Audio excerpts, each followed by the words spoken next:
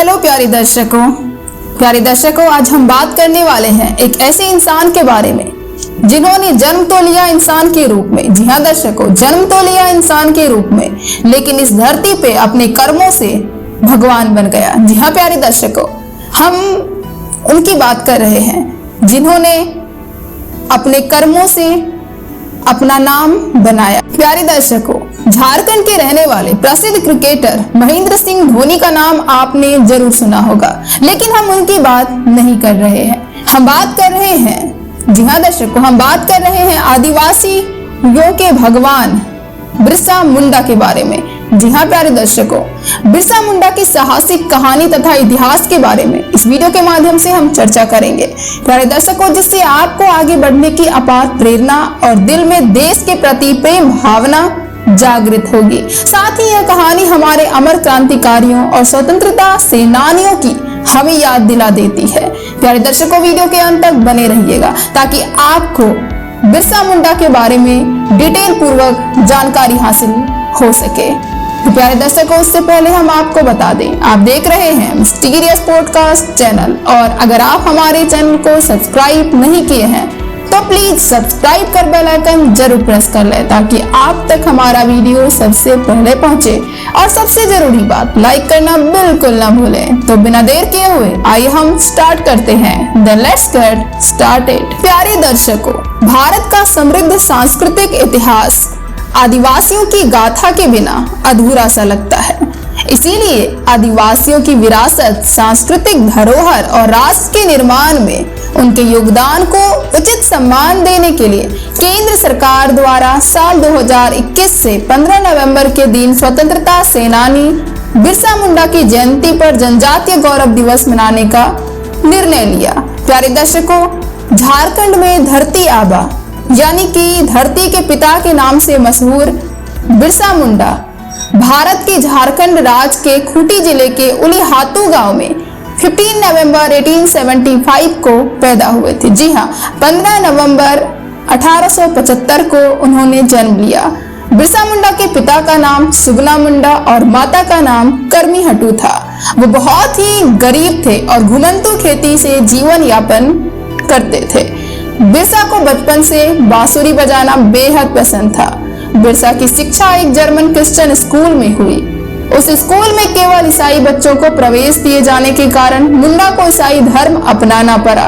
एक शिक्षक द्वारा मुंडा जनजाति पर की गई अशोभनीय टिप्पणी के कारण मुंडा ने स्कूल के बीच में ही छोड़ दिया। बाद में ईसाई धर्म छोड़कर अपना नया धर्म बिरसैत शुरू किया। मुंडा और उरांव जनजाति के लोगों ने जल्द ही उनके धर्म को अपना लिया था। प्यारे दर्शकों, झारखंड के इतिहास में बिरसा मुंडा एक ऐसा नाम है जिसका जिक्र करना ही काफी है। इसका नाम सुनते ही वहाँ के लोगों की आंखों में चमक की रोशनी देखने को मिल जाती है। वहाँ के युवा उन्हें अपना आइडियल मानते हैं। बिरसा मुंडा ने अंग्रेजों का डटकर सामना किया और लगान वापसी के लिए उन्होंने अंग्रेजों को मजबूर किया और अपनी मांग पूरी करने के लिए बेबस कर दिया। यहाँ तक कि उन्होंने अंग्रेजों के खिलाफ गुरिल्ला युद्ध छेड़ दिया। हालांकि फिर वह पकड़े भी गए थे और उनके साथियों के साथ उन्हें जेल में डाल दिया गया, लेकिन फिर भी वे ना तो अंग्रेजों के सामने झुके और ना ही वह इस आंदोलन से पीछे हटे। बिरसा ने जिस समय जन्म लिया तो उस समय अंग्रेजों का अत्याचार चरम सीमा पर था। आदिवासियों की कृषि प्रणाली में लगातार बदलाव किए जा रहे थे, जिस कारण आदिवासी किसानों के भूखे मरने की स्थिति बनती जा रही थी। आदिवासियों की जमीनें उनसे छीनी जा रही थी। जबरदस्ती लोगों के धर्म परिवर्तन कराए जा रहे थे। अब बिरसा कुछ बड़े हो गए थे। उन्होंने यह सब देखा और लोगों की परेशानियों को महसूस किया। उनके अंदर भी अंग्रेजों के प्रति विरोध का भाव उत्पन्न हो चुका था। उस समय क्रोध की ज्वाला उनकी आंखों में देखी जा सकती थी, लेकिन उम्र में छोटे होने के कारण वह चुप थे, क्योंकि वह ज्यादा कुछ कर नहीं सकते थे। वह अपने गुस्से को शांत करके सही समय का इंतजार कर रहे थे कि कब वह बड़े हो जाए और अंग्रेजों को उनकी नानी याद दिलाए। प्यारे दर्शकों, माना जाता है कि उन्हें एक स्कूल में पढ़ाई करने के लिए, अपनी अच्छी पढ़ाई करने के लिए अपना धर्म बदलकर क्रिश्चियन बनना पड़ा था। और ईसाई धर्म को अपनाना पड़ा था। लेकिन बाद में उन्होंने फिर से हिंदू धर्म में वापसी की और हिंदू ग्रंथों को पढ़कर उससे हिंदू ज्ञान को प्राप्त किया और अपने हिंदू आदिवासियों लोगों को हिंदू धर्म के सिद्धांतों को समझाया। उन्होंने लोगों को बताया कि हमें गाय की पूजा करनी चाहिए और गौ हत्या का विरोध करने की सलाह दी। प्यारे दर्शकों, उन्होंने अंग्रेजों की दमन नीति का भी विरोध करने के लिए अपने मित्र भाइयों को जागरूक किया।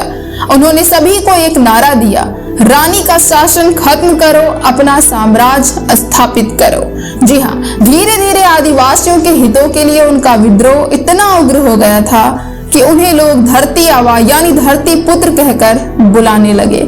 आज भी आदिवासी जनता उनको बिरसा को भगवान बिरसा मुंडा के नाम से पूजा करती है। प्यारे दर्शकों, बिरसा अंग्रेजों के अत्याचार देख रहे थे। कुछ समय बाद अंग्रेजों ने आदिवासियों की जमीनों पर कब्जा करने लगे क्योंकि आदिवासी उनको लगान नहीं दे पा रहे थे। यह सब उनसे देखा नहीं गया और उन्होंने खुलेआम बिना किसी डर के अंग्रेजों के साथ विरुद्ध विद्रोह की घोषणा कर दी। उन्होंने कह दिया कि वह किसी भी अंग्रेजों के नियमों का पालन नहीं करेंगे और उन्होंने अंग्रेजों को ललकारते हुए कहा, हमारी जमीनें छीनना इतना आसान नहीं है। उन्होंने कहा, ये जमीनें सदियों से हमारी है, इन पर केवल हमारा अधिकार है। ये तुम लोग के लिए अच्छा होगा कि तुम लोग सीधे तरीके से अपने देश लौट जाओ, वरना हम तुम्हारा क्या करेंगे इस बात का तुम लोगों को अंदाजा भी नहीं है। हम तुम्हारी लाशों के ढेर लगा देंगे। लेकिन शासन ने यह सब अनसुना कर दिया और बिरसा को उनके साथियों के साथ गिरफ्तार कर लिया। दिनांक 9 अगस्त, जी हाँ, सन 1895 को पहली बार बिरसा को गिरफ्तार किया गया, लेकिन उनके साथियों ने उनको रिहा कर लिया। बिरसा की गिरफ्तारी के कारण लोगों में अंग्रेजों के खिलाफ आंदोलन की आग बढ़ चुकी थी। बिरसा जब जेल से निकले तो उन्होंने इस आग को ठंडा नहीं होने दिया। उन्होंने इस संघर्ष में सक्रिय लोगों से सहयोग मांगा और अनेकों छोटे छोटे संगठन बनाए। डोंबारी पहाड़ों पर मुंडाओं की एक बैठक हुई जिसमें अंग्रेजों के खिलाफ संघर्ष की रणनीति बनाई गई। वहां अलग अलग तरह के लोग थे, जिनमें कुछ लोग तो चाहते थे कि सारी लड़ाई शांत से हो, पर ज्यादातर लोगों को मानना था कि ईंट का जवाब पत्थर से देना चाहिए, अर्थात विद्रोह जमकर करना चाहिए। उनका कहना था, चुप बैठकर या शांति से कुछ भी प्राप्त नहीं होगा। अब जमाना बदल चुका था, इसलिए उन्हें अपने विद्रोह को संपन्न करने के लिए हथियारों का सहारा भी लेना पड़ेगा। बिरसा मुंडा ने इस पर मुहर लगा दी और यहीं से शुरू हो गया हथियार विद्रोह। जब यह खबर अंग्रेजों को लगी कि आदिवासियों ने उनको तैयारियां कर ली है, तो उन्होंने अपनी दमन नीति से उनको बहुत दबाने की कोशिश की। इस आंदोलन से जुड़े केंद्रों पर छापे मारे और जमकर लोगों को गिरफ्तार भी किया। निर्दोष लोगों को पीटना भी पड़ा। आम आदिवासियों जनता के साथ बहुत अत्याचार हुआ, यहाँ तक कि आदिवासियों के घर संपत्ति तक अंग्रेज सैनिक लूट कर ले गए। यह सब देखकर आंदोलनकारियों से रहा नहीं गया और वह भी भड़क पड़े। उन्होंने भी अपनी कार्रवाई शुरू कर दी और अंग्रेजों के कार्यालयों पर हमला बोल दिया और कई जगह तक, जी हाँ, कई जगह तो आग भी लगा दी। इसमें कई अंग्रेज अफसरों ने अपनी जान गंवाई। प्यारे दर्शकों, बिरसा मुंडा का संघर्ष 1886 में चाईबासा से शुरू हुआ, जहां उन्होंने एक आदिवासी आंदोलन का नेतृत्व किया और ब्रिटिश सरकार को कोई टैक्स न देने की अपील भी की।